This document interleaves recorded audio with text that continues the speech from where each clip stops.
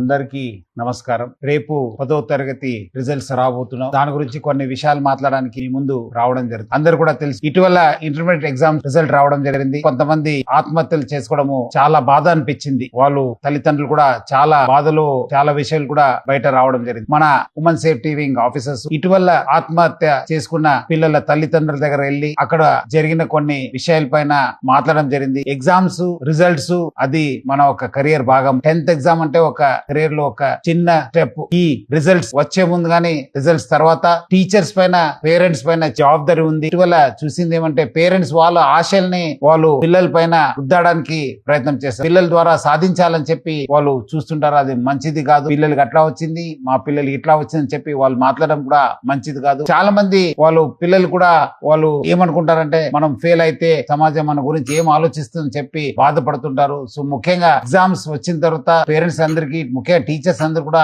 ఎవరెవరు ఇలాంటి తక్కువ మార్క్స్ వచ్చిన పిల్లలతో చాలా టైం గడపాలి. పేరెంట్స్ వాళ్ళతో ఉండాలి, వాళ్ళకు ధైర్యం నింపాలి, అట్లానే వాళ్ళకు తెలియపరచాలి. ఎగ్జామ్స్ అనేది ఒక చిన్న స్టెప్. రెట్టింపు ఉత్సాహంతో రాసి ఇంకా ఎక్కువ మార్క్స్ తీసుకోవడానికి ఒక మంచి అవకాశం అని చెప్పి పాజిటివ్ ఫీలింగ్ తీసుకోవడానికి వాళ్ళు ప్రయత్నం చేయాలి. ఈ అనాలిసిస్ లో బయటపడింది ఏమంటే ఇలాంటి పిల్లలు కొంతము సింగల్ గా ఉండడము, మౌనంగా ఉండడము, గదిలో ఉండడము, లేదంటే అన్నం తక్కువ తినడము, లేదంటే లైఫ్ లో ఏదో పెద్ద కోల్పోయినట్లు వాళ్ళ ఒక బిహేవియర్ ఉంటుంది. దాన్ని పేరెంట్స్ టీచర్స్ గమనించాలి. కొంచెము ప్రోత్సహించే విధంగా వాళ్ళతో ఎక్కువ మాట్లాడడం. కానీ పేరెంట్స్ చాలా మంది ఇప్పుడు ఫాదర్ కూడా బయట పోతారు, మదర్ కూడా బయట పోతారు, పిల్లలు ఒకరే అయిపోతారు. అలాంటి సమయం కూడా ఈ ఆత్మహత్య చేసుకోవడము మనము గమనించాను. మీరు ఈ టైంలో వాళ్ళతో ఎక్కువ టైం స్పెండ్ చేయండి. అవసరమైతే మీరు లీవ్ పెట్టి పిల్లలతో టైం గడపండి. టీచర్స్ పైన కూడా చాలా ఒక పెద్ద రెస్పాన్సిబిలిటీ ఉంది. మార్క్స్ వచ్చిన వాళ్ళు 100 out of 100 వచ్చిన వాళ్ళతో టైం గడపకుండా మీరు ఇలాంటి మార్క్స్ వచ్చిన పిల్లలతో ఎక్కువ టైం గడపండి. వాళ్ళతో ఫోన్ లో మాట్లాడండి, లేదంటే పిలిపించి మాట్లాడండి, లేదంటే ఇలాంటి 4-5 పిల్లలతో కలిసి ఎంకరేజ్మెంట్ అయ్యే విధంగా మాట్లాడండి. కానీ వాళ్ళని ఒంటరిగా వదలొద్దు. ఎందుకంటే దీని వల్లనే వాళ్ళకి రకరకాల ఆలోచన రావడము, సమాజం గురించి, కెరియర్ గురించి చాలా ఏదో పెద్ద కోల్పోయినట్లు వాళ్ళు చేస్తుంటారు. ఎందుకంటే విద్యార్థులు ఎటువంటి పరిస్థితుల్లో ఆత్మహత్య లేని ప్రపంచాన్ని, సమాజాన్ని మనం నిర్మించాల్సిన బాధ్యత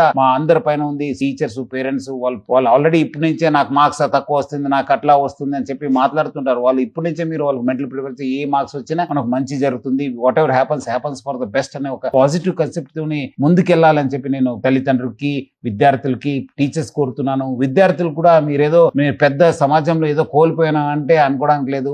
సో 10th మనం అందరూ ఎక్కువ చదువుకునే వాళ్ళందరూ కూడా సక్సెస్ఫుల్ కాలేదు. చాలా మంది తక్కువ చదువుకునే వాళ్ళు కూడా చాలా సక్సెస్ఫుల్ అయిన ఎగ్జాంపుల్ చాలా ఉన్నాం. సో మీరందరూ కూడా ధైర్యంగా ఉండి, అట్లానే మీరందరూ కూడా ఈ ఒక వచ్చే రేపు రిజల్ట్ అందరూ పాస్ కావాలి, మీకు అందరూ కూడా ఉజ్వల భవిష్యత్తు ఉండాలని చెప్పి నా తరఫు నుంచి హైదరాబాద్ సిటీ పోలీస్ తరఫు కూడా అందరు కూడా కోరుతూ ఆల్ ది బెస్ట్.